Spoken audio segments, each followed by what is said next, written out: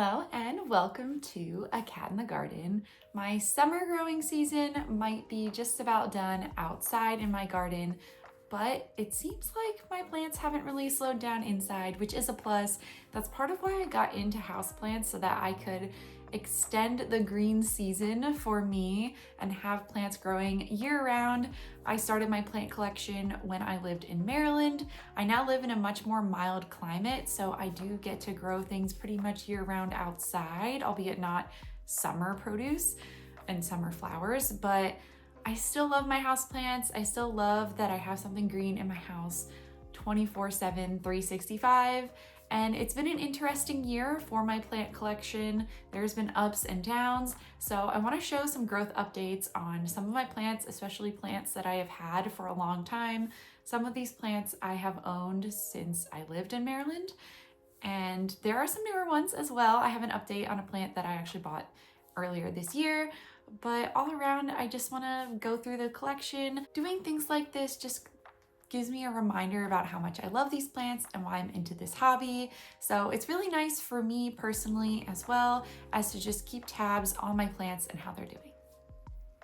So my first update is a plant that I bought this year. That is my Scindapsus Hallie Moon, and it actually has put out a new leaf right here, and it is beautifully variegated. These leaves do look more green. I do think it's because it's in a high light situation. It's acting a bit like a marble queen pothos in that way, but they're all very nicely variegated leaves. And this one is just chef's kiss. I am in love with the variegation on this leaf. The Hallie Moon is stunning to me. This was one of, if not my favorite plant purchase of 2025. I bought this back in April. It has been so worth it. It has been a pretty slow but steady grower. I think at first it was really just establishing itself because I bought it as pretty much a rooted cutting, but now it is rooting into the pole that it's got. I do think, just to try and prevent a runner, I am going to add more plant Velcro to this pole. I don't think it needs more moss just yet, but maybe soon once it puts out one more leaf, which knowing this plant will not be for a few more months, but I wanted to celebrate it just because it looks so great. The variegation is stunning. This is definitely one of the more unique Scindapsus in my collection. It's not just green or silvery, and the variegation pattern on it is just so nice. This is such a nice plant. So this is definitely one of the more better growing highlight plants of the collection that I'm going to show off today, but I had to show it off first because it's just so cute. Next up is a plant that did go through its ups and downs this year. That is my Philodendron subhastatum. Now this was last year such a big, beautiful plant. The leaves were actually mature, and I ended up this summer having to chop it all back to basically a stump, and I thought I was actually going to have to throw out this stump, but it decided to activate a couple of growth points, and that really surprised me. A lot of the plants that I had that were struggling, I ended up chopping back and the stump just died off. So that's what I just assumed was going to happen with this plant, and it didn't. So I'm just letting it go. I did take a bunch of cuttings because it was all the way up to the top of this pole. It was starting to grow past it actually. And it is a bit sad to me thinking about how big and beautiful it was. It's one of my favorite philodendrons. I don't have a ton of philodendron anymore, but this one is one of my favorites. I just love the red backs on the leaves that it gets as it matures. And these are starting to show a little bit of that red back. You can see it slightly. It's not quite as green as the immature leaves are. So it's growing. It's gonna get back, I think, one day to how it was. I'll probably save a few of the cuttings as well. Maybe put one in the pot and just have a couple growing up this pole together. But I'm gonna let these two growth points do their thing, see what comes of it. I don't typically start plants from mid or butt cuts. I just don't usually like the way that they look, but I think this will be a really fun experiment. If you guys are interested, I can keep you updated on how it's growing. This is just not typically something I do, but this plant has a lot of sentimental value to me. I've really enjoyed growing it. I got it as a super tiny cutting, and I've been really proud of myself to keep it alive for 4 years, and I was very disappointed in myself for almost killing it. So I really hope it continues to do better. I know the leaves don't look the best, but it is actually recovering. This is the newest leaf here. It's got one coming up, but it looks really great. So we'll just see what happens with it over the next year or two, but at least it's alive. At least I can say that about it. It's still alive, and it is a really good learning opportunity of that. I'm going to move to a couple of my larger house plants here, at least the ones I can hold, because you guys know some of my Monstera albos are quite big, but this is my smallest one, and I know it's not really that small. It does need a new pole, but it just put out this beautiful new leaf. This is a little bit too much white for my liking, but luckily none of the other leaves have had that much white. It did have a bit of a thrips problem, I'll be honest, but I have been a lot more diligent lately about trying to get rid of them, so I'm hoping that it won't last for too long. Mostly the thrips go after my Monstera albos and my Anthurium, so it's not too many plants, just because I mostly have Hoya and Scadapsis, and they don't really go after those. So I have been trying to keep up with it a lot more. If I have no time to do anything else in the day, I at least wipe down these plants, so that way I can keep the pest problem manageable, if not get rid of them altogether. That is of course the goal, is to get rid of them, but I happen to find a few on this plant, so I've been trying to be more diligent about it, but it's been growing really well. I got this as a cutting from Wild Roots, and it has grown quite a lot since I got it. You can see the smallest leaves at the bottom here versus the fenestrating leaves up top. This is a small form, so I don't expect the leaves will get crazy big anytime soon. I don't expect really secondary fenestrations or too much of them, but it is a really nice plant to have. I love Monstera albos so much, and it is just a plant that I want a bunch of all the time in my collection.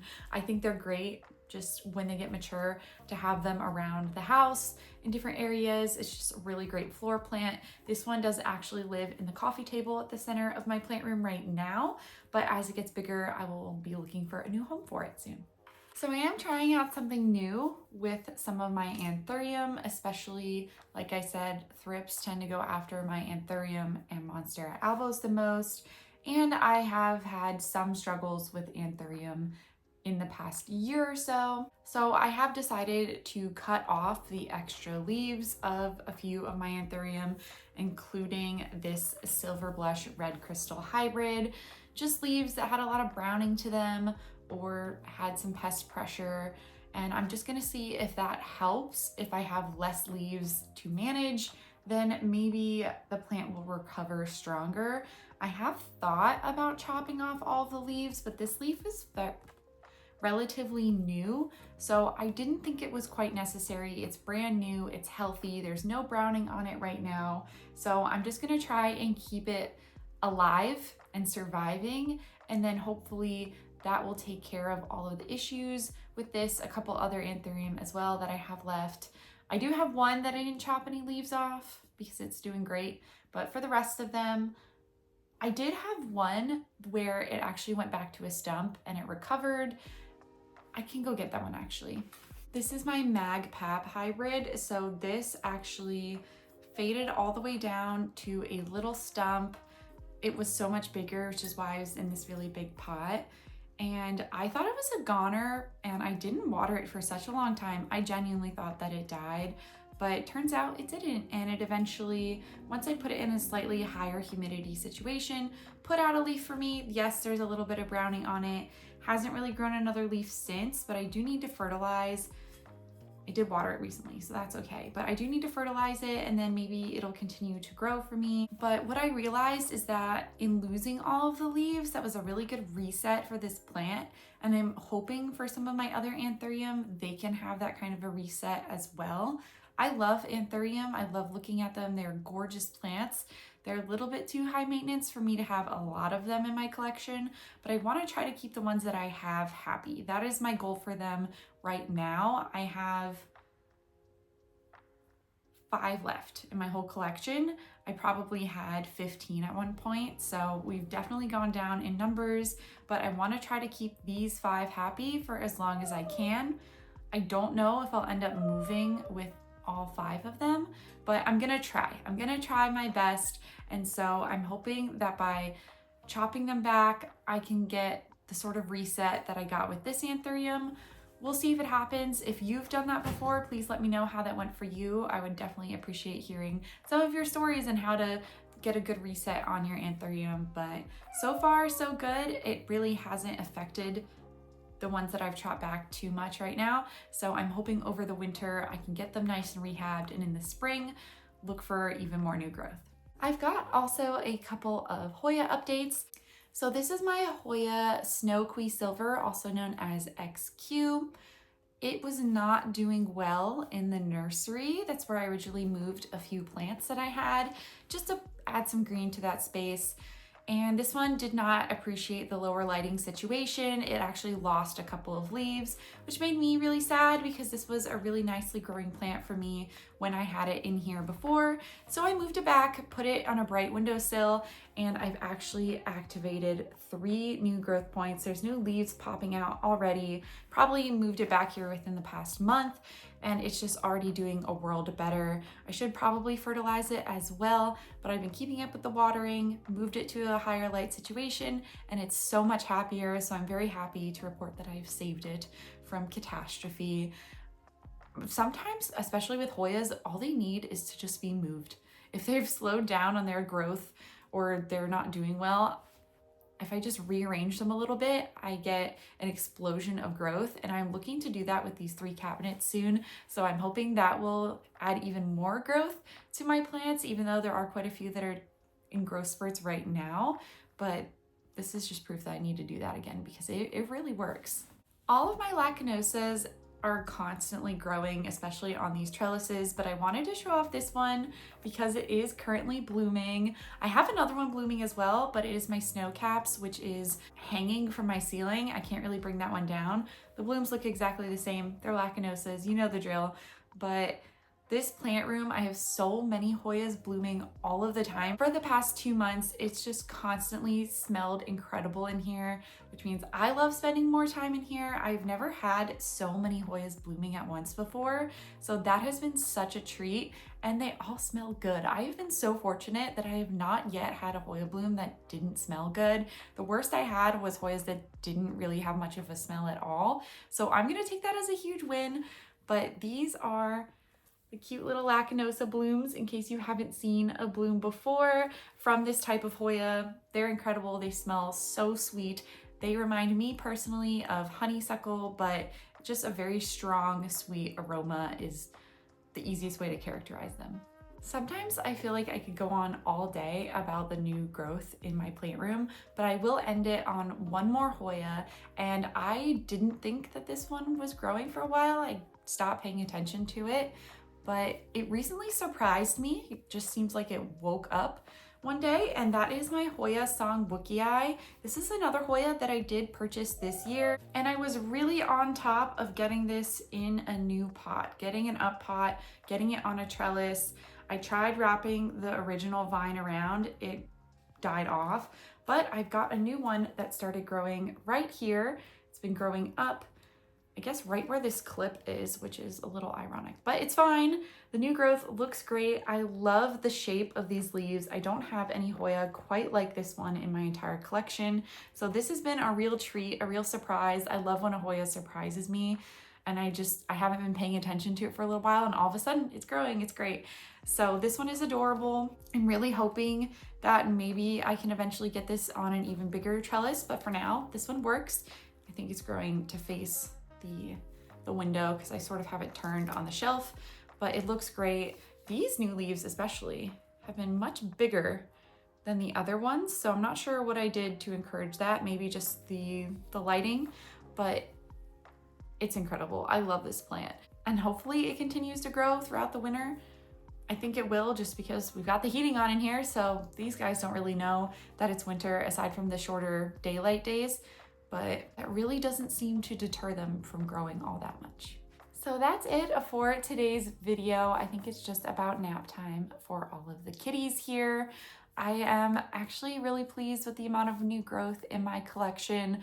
I feel like there's a couple cabinets I didn't even touch in terms of plants that are growing, but again, I don't want to keep y'all here all day, but it is very encouraging, especially after the ups and downs of this year. I think it's really nice at the end of the year to reflect on the collection a little bit and where it's gone in the past year. I did acquire a few plants this year, but not quite as many as I thought I would.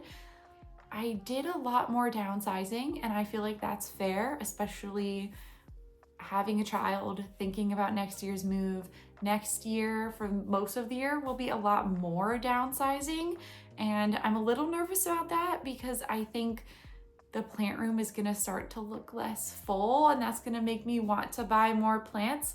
But I've been really good this year about not buying too many plants. So I think if we do end up staying in the continental United States, it'll be a really nice treat wherever we go next to go on a plant shopping spree once we get there and be able to actually purchase some larger plants. I'm already starting to think in my mind what kind of plants I want to get at the next location. I'll get to design a whole new plant room, so that's always a ton of fun. As much as I've enjoyed this space, I've learned a lot from it, and all of those plants that I showed you, they're definitely going to the next location because they're all doing so well, but there's so much to look forward to even as I'm reflecting on the past. But thank you so much for watching. If you like this video, make sure to give Nutmeg and I here a thumbs up down below and subscribe so you don't miss anything from us here on the channel. Thanks again. We'll catch you in the next one.